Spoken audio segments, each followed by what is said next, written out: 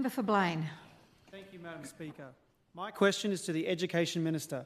Minister, for 19 of the past 23 years, Labor failed to save our children from drowning.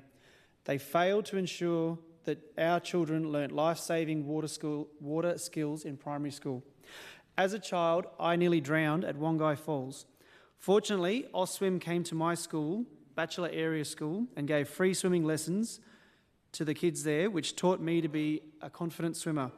Minister, can you please update the House on how the CLP has delivered on our election commitment to fund free swimming lessons in schools to help prevent children from drowning? Minister for Education.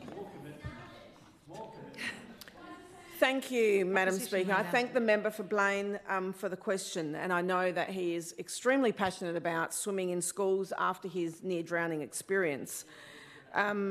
I know he joined the Chief Minister in Parliament last week to announce our $3 million Swimming in Schools program to begin for the opposition leader. If you're listening, term 1 next year, which I note, Madam Speaker, she's not listening to the answer, so I'll just repeat, term 1 next year, opposition leader.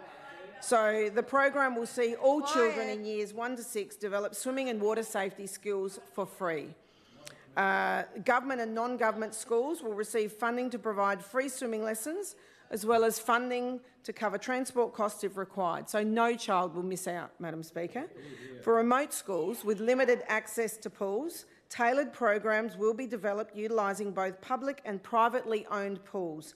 And I do note that in the opposition leader's electorate, the Territory Manor have come to the party, Madam Speaker, and they are allowing Mataranka school students and nearby students to use their Opposition schools. Leader, we know it's exciting, but for example, last week I also visited the Discovery Holiday Parks pool in Katherine, which we'll be partnering with to ensure Katherine students have access to a pool while our community pool is out of action.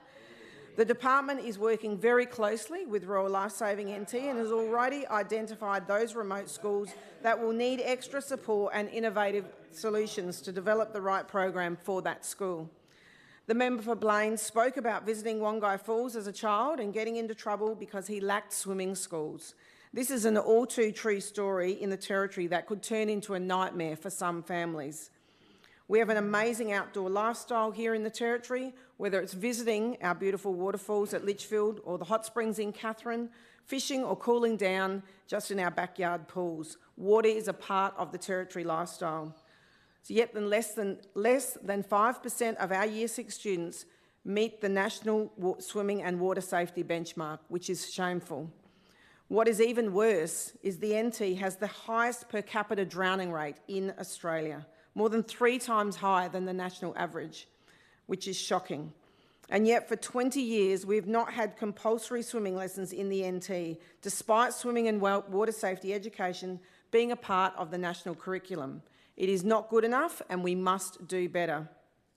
I know that the member for Blaine also joined the Chief Minister at Woodruff Primary School, transition students, when they completed their Learn to School classes at the Goldfish Bowl in Palmerston.